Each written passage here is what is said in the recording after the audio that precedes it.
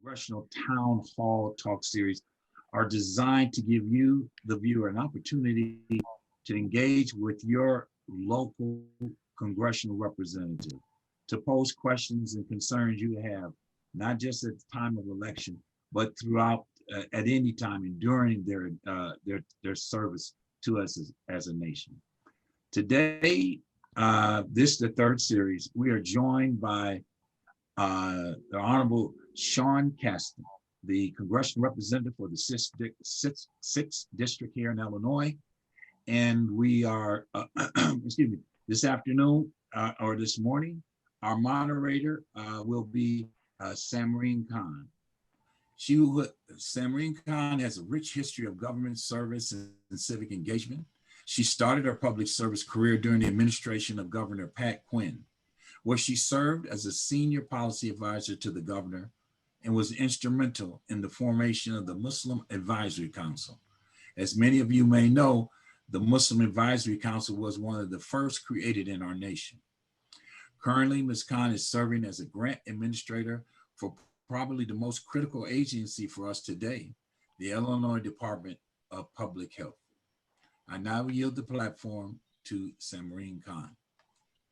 Thank you, Brother Mitchell. Assalamu alaikum, everyone. Thank you for being here today. Thank you, Dr. Sabah, Brother Mitchell, CIOGC, for inviting me to be the moderator for today's event. I want to introduce my congressman, Congressman Sean Casten. He represents Illinois' 6th Congressional District, located in the suburbs of Chicago. He currently resides in Downers Grove, and is currently serving his 2nd term in Congress. As a scientist, clean energy entrepreneur, author, and now as a member of Congress, Casten has dedicated his life to fighting climate change. In Congress, Sean currently serves on the House Financial Services Committee, the Science, Space, and Technology Committee, the Select Climate Crisis Committee, and is a co-chair on the New Dems Climate Change Task Force. Here's our congressman. I yield to you. Thank you, Samarine. Abdullah, thanks to you, and it's so nice to see so many friends here. I want to take as much time as we can with questions because I'm eager to hear where your thoughts are, and frankly, I always learn so much from you. But just give a little bit of overview at the start. Number one, as you can gather from my background, climate change continues to be my priority since I'm here. It is one of those things that is simultaneously an opportunity and an obligation. It's an obligation for obvious reasons that we have 2 feet of sea level rise that's coming. That's going to disproportionately affect the least among us. The weather events, the wildfires, all that comes with that. But it's also an opportunity because everything we do to accelerate the transition to a cleaner economy is also to accelerate the transition to a more competitive economy. If you put a solar panel on your house, you don't have to pay for electricity anymore. If you have an electric vehicle, you don't have to pay for gasoline anymore. We have to invest the capital to make that happen. But that's an investment, and it's an investment in our future. It's what I did in the private sector. It's what I'm now trying to do in Congress. And what I've really been focused on this term so far, especially now that we finally have a cooperative White House, is trying to grapple with both the speed with which we have to make that transition and trying to put guardrails up when you have this massive transfer of wealth. Because that kind of money moving through the financial system at the speed that it has to is going to leave winners and losers. We'd like to say that a rising tide lifts all boats, but a tsunami tends to swamp out some boats, even though it is a rising tide. So for example, what happens when we have a massive wealth transfer from energy producers to energy consumers? Some places like Illinois 6th District are going to do pretty well. Other places like Appalachia are not going to do so well. And what does that mean about, what do we owe those folks as citizens of our country to protect them in this transition? You can also think about that in terms of the banking system. Where's money going to move around in the banking system? What happens if oil companies start having to write down their reserves?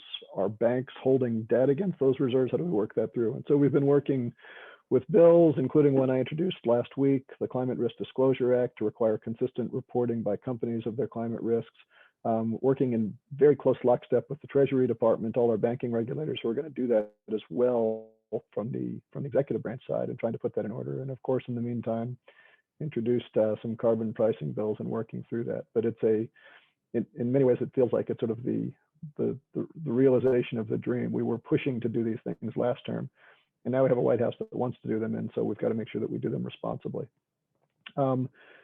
The second thing that I would be remiss if we didn't mention, especially given everything, all of the tragic events in the news lately, is that as good as it is to be in a position where we have thoughtful, decent, science-affirming people in the White House, we're still dealing with the legacy of the Trump era. I was in the Capitol complex when we were attacked on January 6th, and we have not yet reconciled as a country with the causes of that.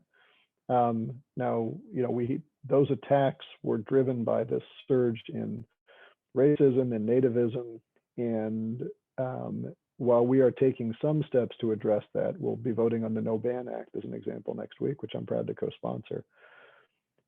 I think all of us, Democrats, Republicans, whatever shade your skin is, whatever your gender is, we're all Americans.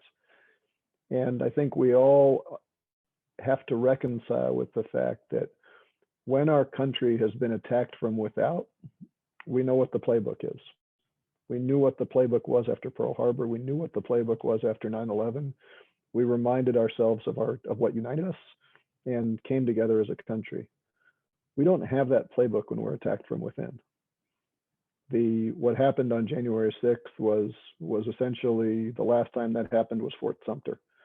And Abraham Lincoln, for all his greatness, had to struggle with, is he going to preserve the Union, or is he going to affirmatively say that there was a morally right and a morally wrong side of that conflict? And ultimately, he prioritized the Union. And I don't say that to dismiss, arguably our greatest Illinois politician, but to point out that our challenge today is to do what Abraham Lincoln couldn't, and figure out how to remind ourselves of our values, how to make it very clear that there is a morally right and a morally wrong position, while at the same time preserving our Union. And if we don't, the consequences of that are, things like the Atlanta shooting, things like, what happened in Indianapolis. Now, obviously, we don't have all the motives yet, but it's not lost on any of us that there continue to be these attacks against people who don't look white, male, and Christian. And we will not resolve that until we at least acknowledge that we have a problem and we are still grappling with that original sin. So we'll continue to push. Happy to answer your questions or thoughts or suggestions about how we deal with that.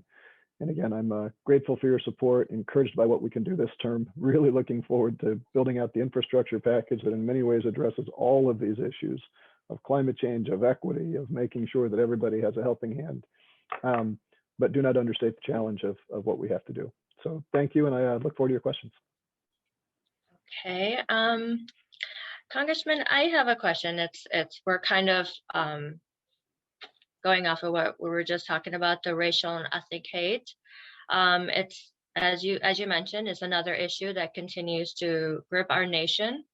Hate crimes are rising against many racial and minority groups in the United States. By way of example, recently we have witnessed an increase of hate crimes directed at the Asian American community.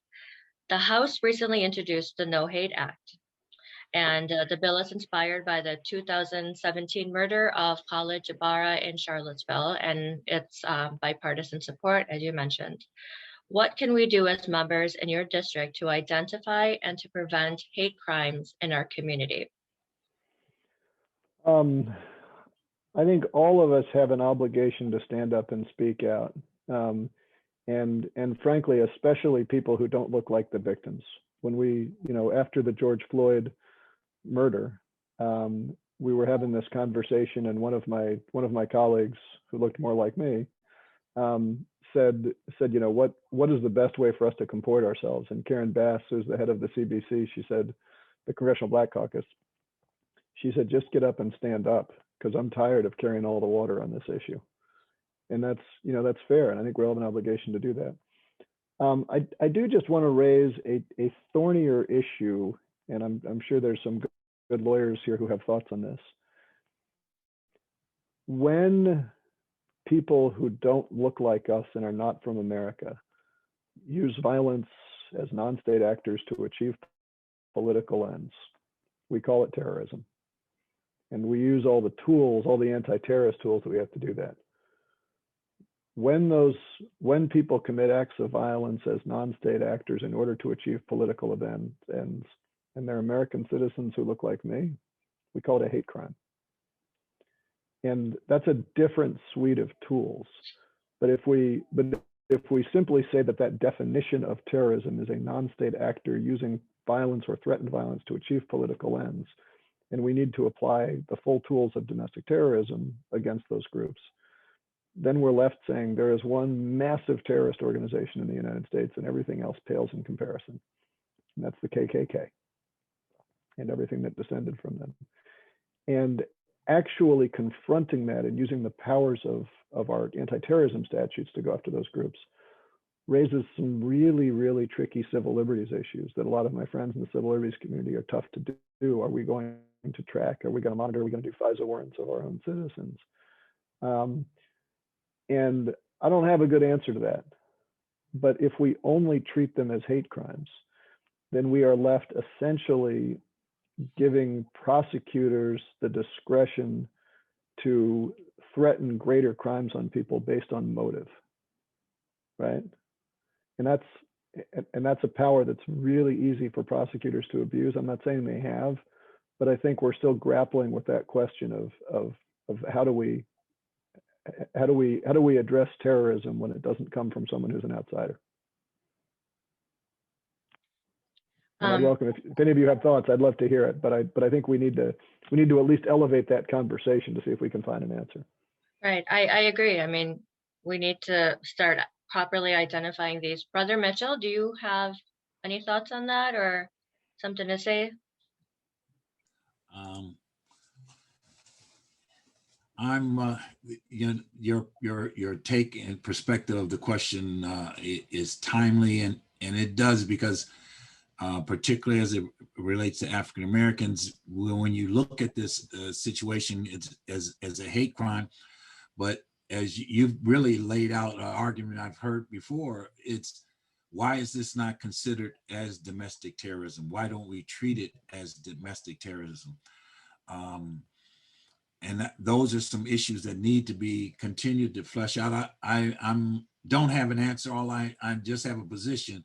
I view it as domestic terrorism, but once again, the points that you raised out in terms of the interplay between fighting this evil and also respecting or recognizing, let's say, the right of privacy and other aligned rights of U.S. citizens has to be addressed. But I think at the root of it is that we are dealing with a poison that continues to linger in our system, and that poison must be eliminated for the health and welfare of the whole.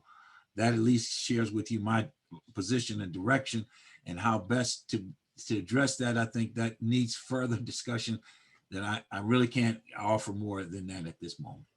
Yeah, I just offer the observation that sometimes you just learn from history, right? And I'd like to remind people that when Ulysses S. Grant first ran for president, you recall that he was the general that led to the North winning over the South. He narrowly won the North and overwhelmingly won the South. And that always surprises people. And then you have to point out to them that that's because for this brief period in our history, African Americans had free and unfettered access to the ballot box, and the South was majority African American. And that election, coupled with the fact that our first African American senator was from Mississippi, scared a lot of folks in the South who didn't like the idea of living in a majoritarian country, and that led to the end of Reconstruction and Jim Crow. And to this day, I think you can make the argument that we have really never had an election as free and fair as that election that U.S. Grant won. and we've got to acknowledge that. Like, now we don't block people from voting, you know, at the barrel of a gun anymore, but the people who we target, the votes that have been suppressed, the places with long waiting lines. In the last election, if you were a white American in this country, your average poll line, wait in a poll, was 6 minutes. If you were Black, your average wait was 53 minutes. That's true all over the country. We got to acknowledge it, right? Yeah. We have a few questions in the chat. The climate change one I will get to. We're just going to finish up this one topic right now. So a larger problem that I personally have experienced as well is systemic bias. It's a problem we face every day, but it's often overlooked. Sometimes we're ashamed to admit it, you know, that we're experiencing it. It's hard to identify because it's so nuanced in behavior and positioning. For instance, I actually have Dr. Joshi on here.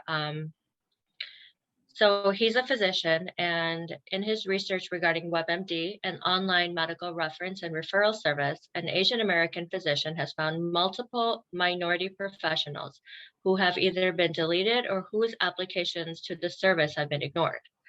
And so when we think about hate or racism, I think the first thing that comes to our mind is, have you been physically attacked? Have you been harassed verbally? Has your place of business or a residence been, you know, violated?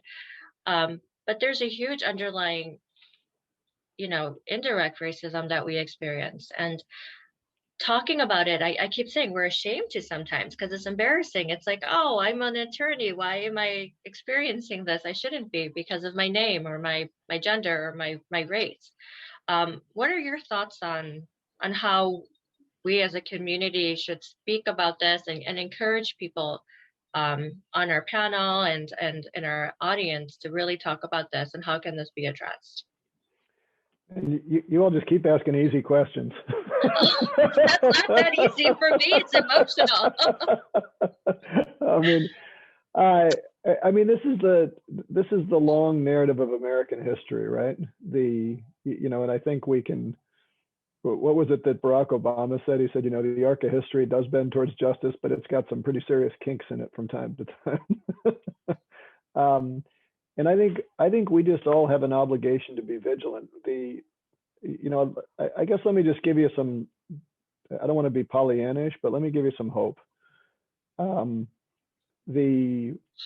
the George Floyd protests, we got together as a caucus, and it was one of the last times that I was with John Lewis. And John led off and he said, I thought we were done with this as a society. And it was jarring because he was such an eternally optimistic person about the American spirit. And to hear him say something negative sort of brought you up a little bit. And then he paused and he said, but I've never been more hopeful about the country, because for the first time, the majority of the people who are standing up and marching don't look like me. And it sort of stuck with me when I was in Wheaton at a Black Lives Matter protest, and I walked out and there was this young white woman carrying a sign that said Jesus was a black man. And I thought, that's what John was talking about, right? And and that was true in a lot of other places as well. And that's not to say that we're done, but I think there's a recognition and a willingness to talk about this stuff and try to figure it out. If you've not had a chance, I'd encourage you to go on our Facebook page and take a listen to we did an event with Richard Rothstein, who was a fascinating guy, wrote a book called The Color of Law. And it's essentially about how so many of the things that we think about as de facto segregation, and therefore the courts have decided that we can't fix it because it's just de facto that people live in separate communities. It's just de facto that there's differential poverty and education rates. That so much of that is actually de jure segregation. And so much of that was actually led by people who we kind of idolize. When we set up laws after World War II to try to convince veterans to buy homes and give them subsidized mortgages, those laws, which were set up by FDR, who we think of as being a pretty progressive guy, were only available to whites. Like not just blacks, like Asians couldn't get access to them. And that created this situation where public housing that was initially a middle class idea and was for middle class access and was pretty diverse, all of a sudden started pulling whites out and putting them on a trajectory to middle class success, because they could then get a subsidized mortgage and start building wealth that they passed on the next generations. And the folks who stayed behind in public housing got relatively poorer and poorer. And now we think of public housing as this other thing that defines communities and all the rest. And you know, you can tell that story in various flavors through our history. The story of de jure segregation, creating the appearance of de facto cultural differences.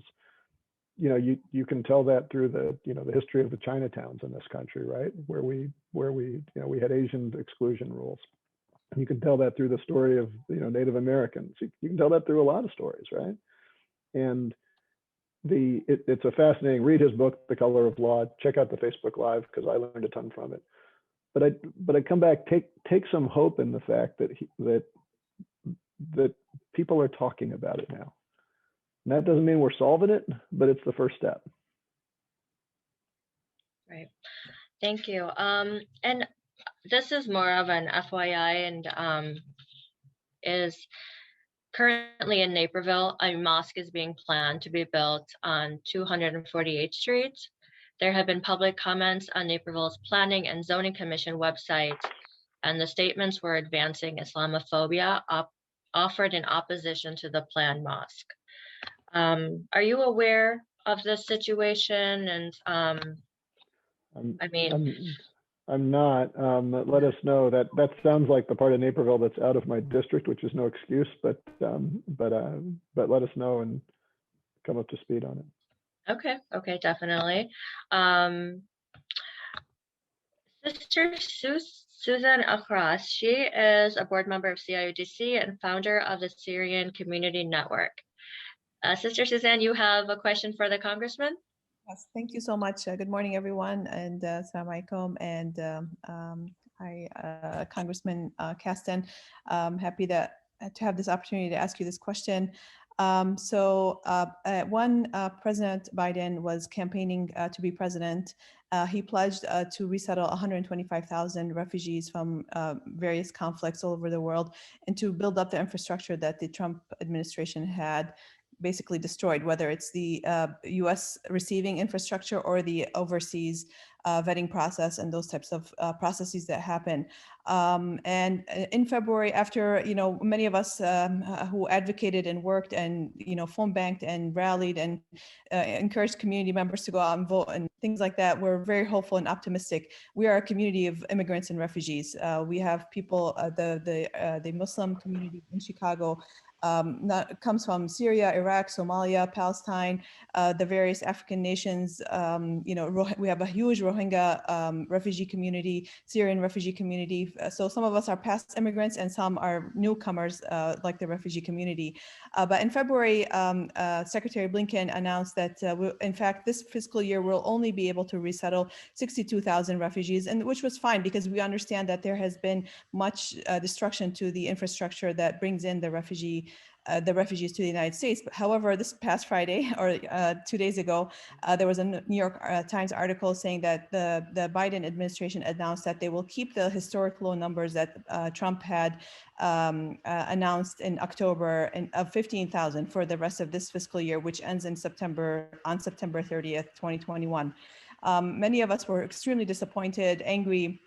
If you saw Twitter, it was blowing up from various organizations, national organizations, whether it's Highest, which is the Jewish resettlement agency, Catholic Charities, all of the major resettlement agencies in the United States, RCUSA, my organization, and various others, and all of the people who rallied and believed in this idea that our president was going to fulfill his promise. And we were extremely disappointed that when he backtracked on that. And then there were some various statements coming out that saying, no, we're going to be looking at this and we're going to be announcing the new numbers on May 15th. But it was such a shock and such a disappointment for him to, backtrack on his promise.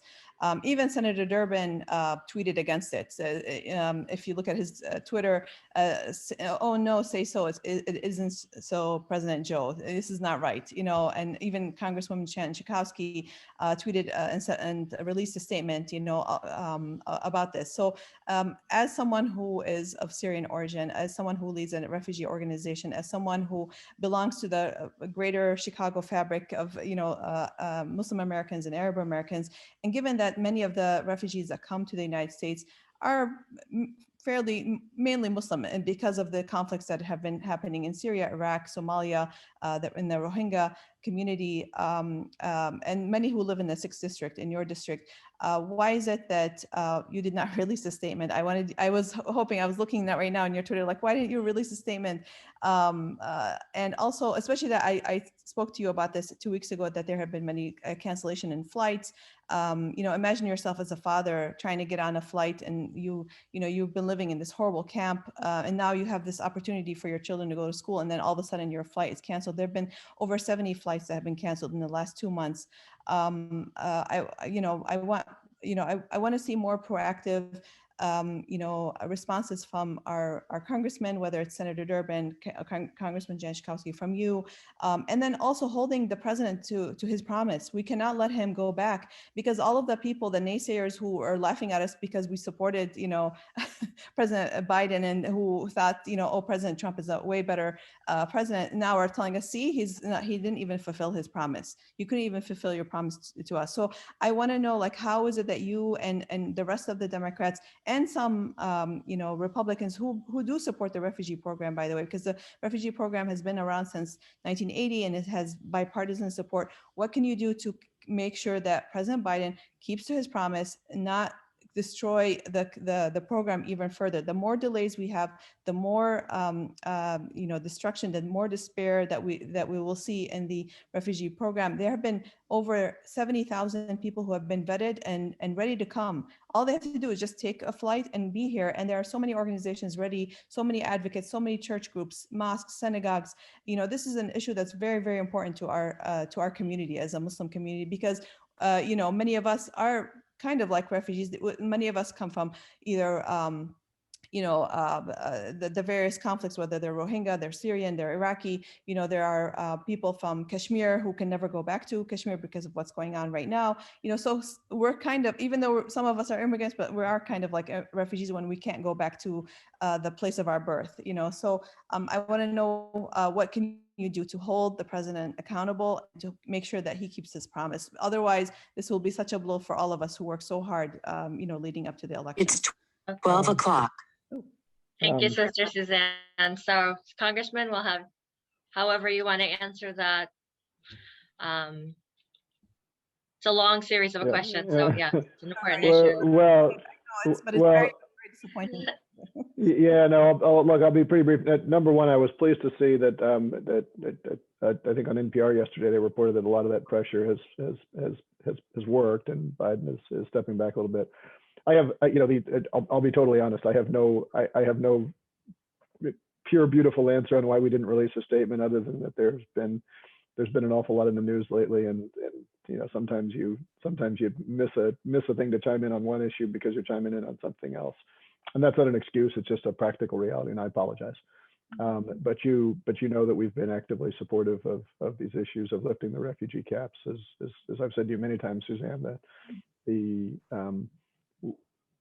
and as I've reminded my colleagues across the aisle, there are a lot of things I don't agree with Ronald Reagan about, but in Ronald Reagan's farewell address, when he said the day we stop welcoming immigrants to our country is the day we stop being Americans, I think it's true, and I wish it wasn't so partisan to say it.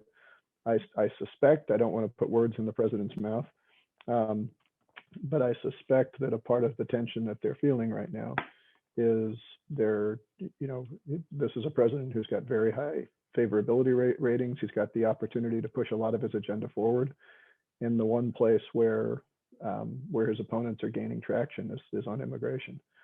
And that's not a good thing.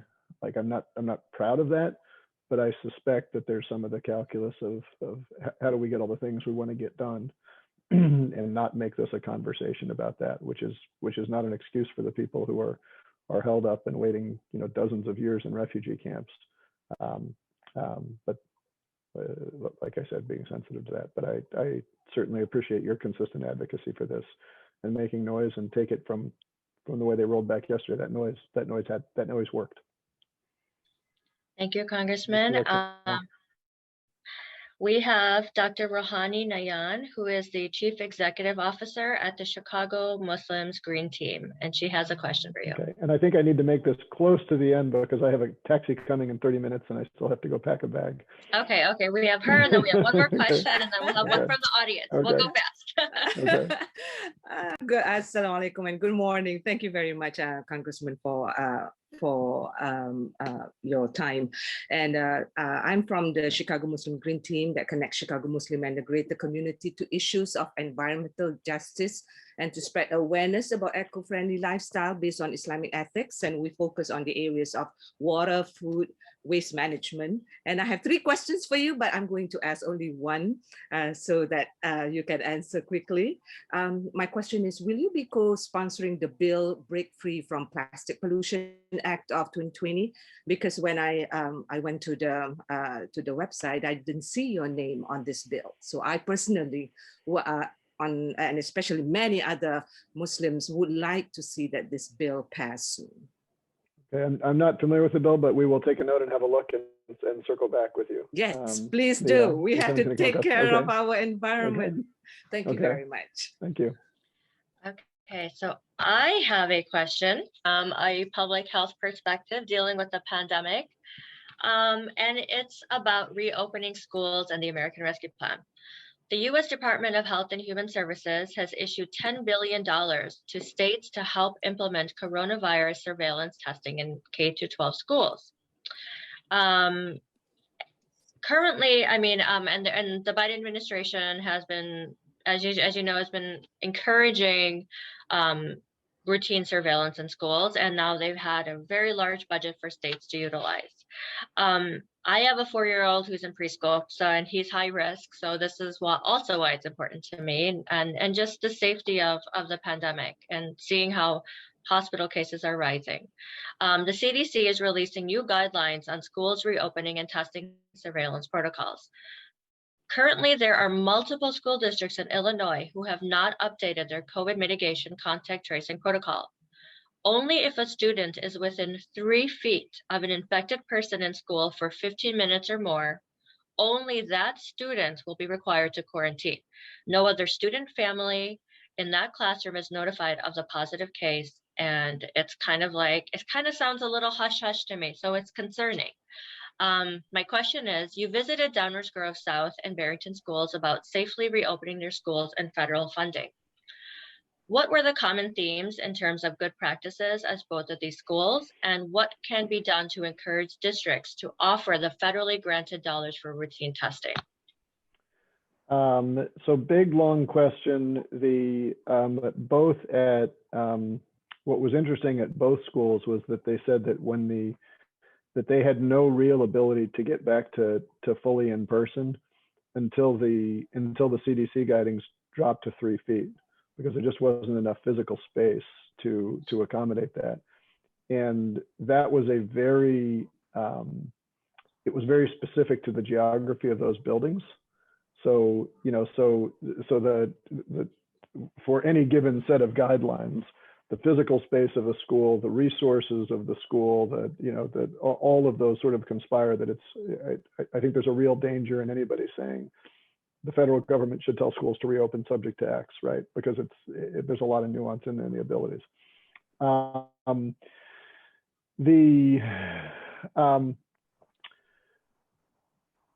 You had alluded to some of the differences in Illinois, and one of the things that we have been keenly aware of, which is difficult, and it's in part because so many of these decisions got essentially shifted down to the state level instead of having federal leadership on it in the prior administration, is that a lot of the protocols for testing were done at the state or even the school district level. So, schools that had the ability to go and pay the $10, $15 for an outside test, maybe get on the SHIELD program that's Illinois, like that cost money. wealthier school districts had and more impoverished school districts didn't. And of course, that's also where a lot of the educational gaps are. And that created a lot of political challenges, you know, in Illinois, but frankly in every state, of how do you deal with that from an equity perspective? How do you deal with the fact that those impoverished schools also were the ones that may be less likely to have broadband access, where staying home is going to be all the harder? And so what we've been trying to do federally is to get the money out, to get universal testing in, to get more PPE down, push that through. A lot of the money that came through from the most recent bill that was state-specific funding and school district-specific funding, which is now starting to flow to go through and work that down. We still have some issues in Illinois with, you know, there's still some confusion, which is really more of an Illinois issue. But you know, are you allowed to use PCR type testing versus antigen testing to do community level screening, and how do you think through that?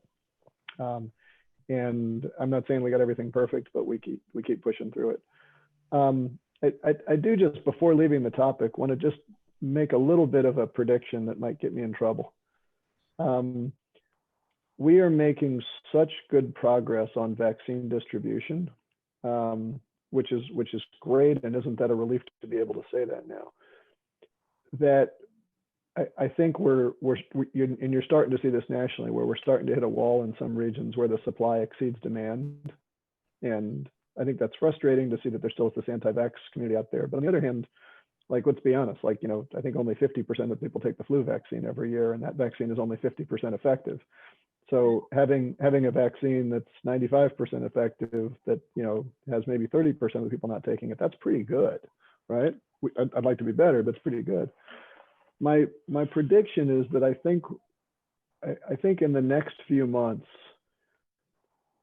as long as we stay ahead of the variants, we're gonna get to a position where in a lot of communities, the hospitalization rates and the new case rates and the danger of being infected at a population level is going to start to look a little bit more like the flu and less like COVID. And I think there's going to be a real question at that point of how do you safely reopen a facility when you know that this disease for certain populations is much more dangerous than the flu, but at a population level seems statistically unrisky. And it's going to be, it doesn't matter what public officials say. People are going to, at some point, people want to go back to baseball games, and people want to go to dance clubs and churches and mosques and all the rest of that again. And what I'm hoping is that we can take some lessons from how schools have historically treated other vaccines. So, you know, for example, you know, your school requires that you've got a DPT vaccine before you come in. But there have always been populations of people who've said, I'm an anti-vaxxer, and that's private health information, and I don't want to share it. And so schools have made some dispensations for that community, saying, as long as you're not symptomatic, you know, we'll allow that to happen. And I think my hope would be that once we get to the happy point, right? I mean, it'd be good if cases were down and hospitalizations were down and people weren't getting sick. Once we get to that point, I think there is going to be pressure that if you want to come to my school, museum, place of worship, you're going to have to show that you've got a vaccination. And there's going to be some resistance to that. And I think if we are good at getting rapid tests out, then we'll have an ability to say, not just are you symptomatic, but, you know, if you don't want to do that, that's fine. Take a rapid test and be safe to come in. And we're having some early conversations about, is that a federally led program? Is that a state-led program? But I've also had conversations with people like at the museums in Chicago who are grappling with the same issue, because, you know, if you're allowed to go back according to government officials, but you're still saying, I don't want to be responsible for someone getting sick while they're wandering through the museum. What's a responsible way to do that? And I think that conversation, which is sort of a public health conversation, is sort of a personal freedom conversation. It's sort of part of a liability conversation. It's a human question, right? And I don't have all the answers to that, but I know that a lot of good people are thinking about it. Thank you. So I understand that you have to get on a flight to DC. I do. Thank you so much. I mean, I'm so happy that you are my congressman. Thank you. Well, thank you for being here. Thank you. And as I said at the start, I always learn so much from you all. I really appreciate the broader political engagement of CIOGC and just so much obvious education that's on these calls. I learn something from you every time and appreciate you guys taking the time to educate me. Congressman Sean Casten, I Thank do you. want to thank you on behalf of CIOGC, and we have like tons of questions that are pending. We're going to email you those questions and hopefully Terrific. get an answer from your office sometime soon on those. Sounds great. Thank you so much. Stay safe, everybody. You have a safe flight. I now want to yield the floor to the CIOGC Civic Engagement Committee Chair, Dr. Sabah Khan. Assalamu alaikum, everyone. Well, we were just at the last minute informed that Congressman had to take a flight, so we apologize for that. We were hoping to have him with us till 12:30, but as you all can see, he had to rush out just so that he doesn't miss his flight. But I would take a moment here to thank all of you to attend this and show your passion. I saw the questions that were coming in the question box. Those were really some great questions that we got from you. So inshallah, we plan to send these questions to his office. As soon as we get a reply from his office back, we will share with this group whatever responses we get from him. I'll take a moment to announce our next Congressional Townhall Series, which is on May 16th. We have invited Congressman Mike Quigley from Illinois' 5th District, and if you all can join, that would be great. I would want you to pass the word around for people from 5th Congressional District. Bring your questions, come on this town hall. This is a great way to ask questions and get our elected officials involved in our community. The other event that's coming up is the Illinois Muslim Action Day, which is scheduled for May 19th. We will, inshallah, very soon share some details on that as well. With that, I would like to yield to Brother Abdullah Mitchell if he has any closing remarks, and Ramadan Mubarak to everyone. And I guess in the rush, we even forgot to wish each other Ramadan Mubarak. So happy Ramadan, and remember us in your duas. Brother Mitchell, it's you next. Thank you. Thank you. Assalamu alaikum. As Dr. Khan just mentioned, this morning's conversation sparked a number of points that demand us to continue to follow up with this. And inshallah, I hope you will share this experience with those around you to join these congressional. This is not just a morning or early afternoon idle conversation. We are hitting on points that are sensitive to our community. We're getting an honest, direct view from our congressional representative. And the only way that they can be informed is if we bring them the issues and our concerns to them. As Dr. Khan also indicated, and I've been monitoring the questions as well. I had to hold myself back up because I wanted to interrupt at various times to say, well, what about this question? This one does. When we start the one question about the fair distribution, economic distribution, equity distribution of resources under this these infrastructure bill that the Biden administration has put forth. These are things that are critical for particularly essential workers whose jobs may have been lost and may never return. How do we make sure they participate fully in this particular public initiative? So our work as a community is really laid out here this morning in this program. There's much that needs to be done. We need you to join the Civic Engagement Committee at your local masjid, and more particularly on behalf of our chair, we want you to join us because the work, there's much work to be done, and we need your arms, your ideas, your thoughts to make this a meaningful inroads for us as a community and building a better tomorrow, not only for our own families, but for our community as well. So with those thoughts, I once again thank you for joining us this morning. As Dr. Khan also mentioning, next month, May 16th, it will be the fourth series in this town series. But more importantly, that following Wednesday, May 19th, after Ramadan, we will be continuing our advocacy program with our elected officials in Springfield. There's an aggressive platform that will be shared with you. Please join us.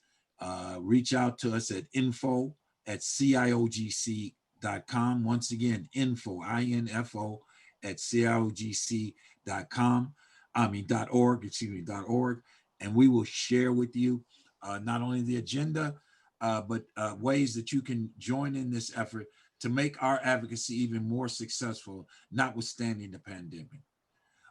So with that, I would close our meeting out. I would thank you once again for joining us this morning, and close it out with the recitation of Surah Al-Asr. Wal Asr. A'udhu billahi min shaitanir rajim. Bismillahir rahmanir rahim. Wal Asr. Inna insana lafi khusr. Illa ladhina aminu wal amilu salihati wa tawassal bil haqqi wa tawassal bis sabr. Ameen. Assalamu alaikum.